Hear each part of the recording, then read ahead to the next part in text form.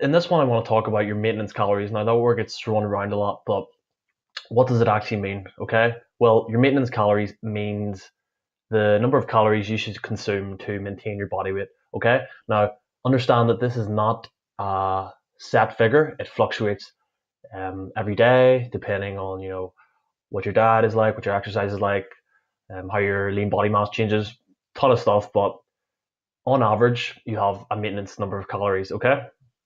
So I'm sure you've seen on the back of food packet that says, you know, average meal should eat 2,500 calories. Where do they get that figure from?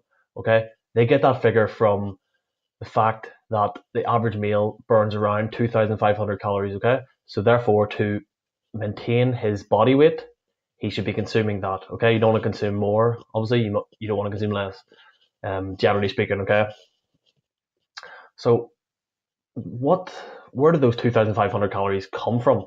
Well, they're broken down into four main components. See that? One, two, three, four. First up is BMR, basal metabolic rate. This is basically the energy your body requires to maintain its basic homeostatic functions, such as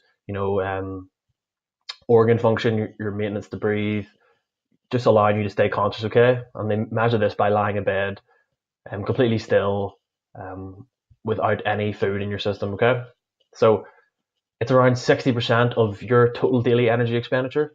So that's around 1,500. Okay. Next up is your NEAT. This is non-exercise activity thermogenesis. Okay. Thermogenesis basically means just heat production. Okay. And as we know, calories are a measurement of heat production. So don't worry about the fancy sounding names. And depending on how active you are, this can range from 5% of your TDEE to 50%. Okay. So let's say it's 550 for this young gentleman here. Next up is your thermic effect of feeding. So when you consume calories through food, your body actually uses energy to break down. So it utilizes energy to digest, absorb, and assimilate those nutrients. So this is around 10% of your total daily energy expenditure, and it can vary depending on your macronutrient breakdown of your diet. So protein has more of a thermic effect than carbs and fats. Okay. Lastly is your EAT. This isn't the food you eat. It actually stands for exercise activity thermogenesis. This is activity that you do that is with the main focus of improving your physical fitness. So going for a run, going for a jog, going for a swim, that kind of stuff, playing football. Whereas NEAT is activity, that isn't exercise related.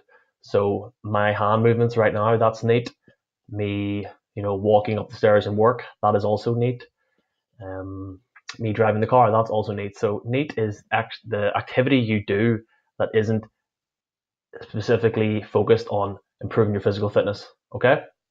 So now that you know these figures, you can make a better judgment as to how you can lose weight, because these numbers are not static and they do change, and they will decrease as you go into a diet. So it's important to take note of these. Once we know what these numbers do and what they are, we can take charge of them and have sustainable fat loss, which most people unfortunately don't because they don't know this stuff, but you do now. So don't forget to like, share, comment, subscribe. Peace.